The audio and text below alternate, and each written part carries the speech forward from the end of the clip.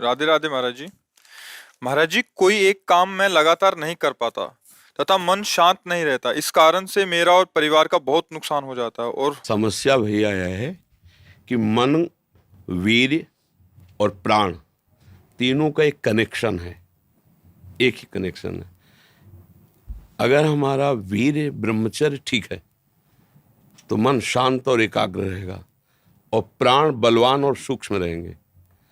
अगर वीर्य कमजोर हो गया तो मन चंचल, अशांत और प्राण स्थूल और बलहीन हो जाएंगे। स्थूल, सूक्ष्म नहीं होंगे।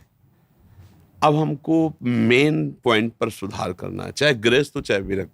गृहस्थ के लिए भी एक संयम से बर्ताव करने के लिए कहा गया है, और अगर जब तक ब्याह नहीं हुआ तब तक तो और संयम से रहना ही चाहिए। अगर हम लोग वीर्य का महत्व समझने लगे, ब्रह्मचर्य का, तो हमारा जीवन काफी संकटों से निवृत्त हो सकता है। अध्यात्म शक्ति वीर्य से ही प्रकट होती है। जब हम ब्रह्मचर्य से रहते हैं, भजन करते हैं, मान लो गृहस्थी में है, भगवान कश्यप जी 10,000 वर्ष तक ब्रह्मचर्य रहे। फिर उन्होंने माता विनता के गर्भ में, जानते हो कौन पैदा हो? भगवान गरुड़ जी पैदा हुए। कितने बलशाली, भगवान के वाहन, पूरे विश्व ब्रह्मांड को अपने एक पंखे में रख के उड़ सकते हैं। 10,000 वर्ष भजन किया तो फिर गरुड़ जी पैदा हुए। अगर गृहस्थी में भी है, संयम से रहकर भजन करके, फिर तो बुद्धिमान, ज्ञानवान, बलवान बालक पैदा होगा। मुझे लगता है ब्रह्मचर्य की तरफ से हमारे समाज की दृष्टि हटती चली जा रही है।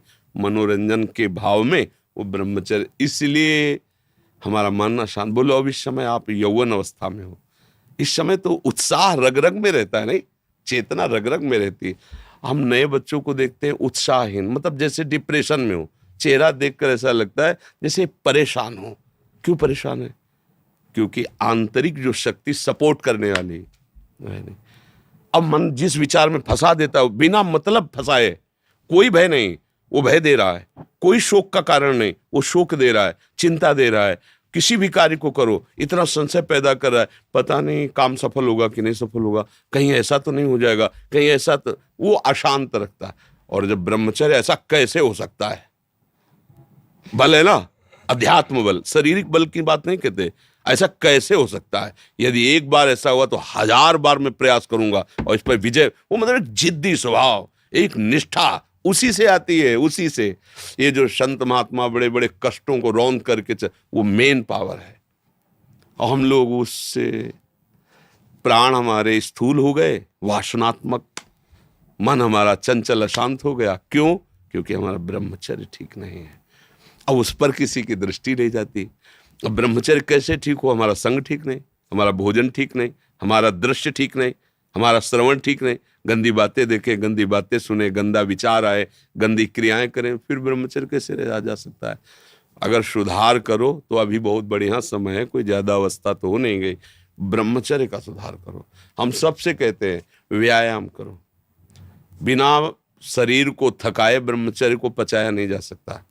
जैसे दंड बैठक, दौड़ भाग, व्यायाम किया, फिर आप भले गृहस्थ हो, फिर दिन भर कार्य करते रहो। 30 मिनट तो पूरे शरीर को ऐसा व्यायाम में रखो पसीना पसीना हो जाए। अब 8-10 बजे तक सो रहे हैं तो व्यायाम कब करें?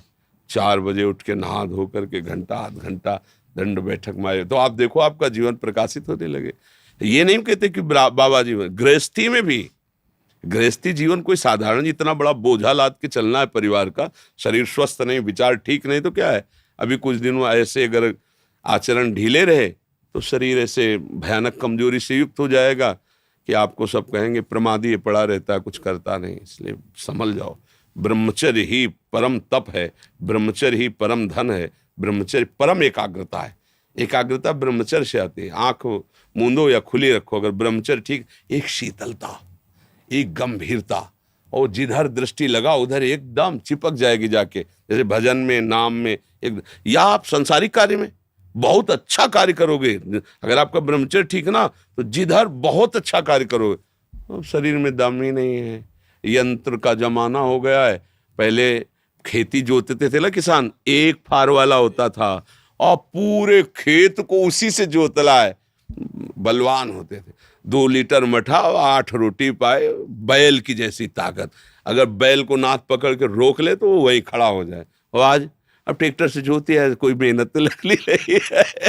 तो ये शरीर का हम लोग बहुत बुरी तरह से पतन कर रहे हैं। बड़ा कीमती शरीर है, हाँ, इसमें बहुत चेतना की आवश्यकता है। संसार में रहते हुए भगवान का सत्य का मार्ग चयन करके हमें भगवत प्राप्ति करनी। अरे कम से कम जितनी ऊंचाई पे आ गए उससे नीचे तो न जाए, सुअर कुत्ता तो न बनना पड़े। मनुष्य बन गए हैं तो ऊंचे चढ़े कि नीचे गिरे, पर ये ध्यान नहीं रहता। हम काम करने लगते हैं वही जहाँ नीचे गिरना है। अब दूसरे जीवों का मांस खाना, शराब पीना, जुआ खेलना, व्यभिचार, ये कहाँ ले जाएगा? एकदम नष्ट कर देगा। तो जवान बच्चे हो, सावधान रहो, खान पान ठीक रखो, सावधानी पूर्वक चलो, ठीक है।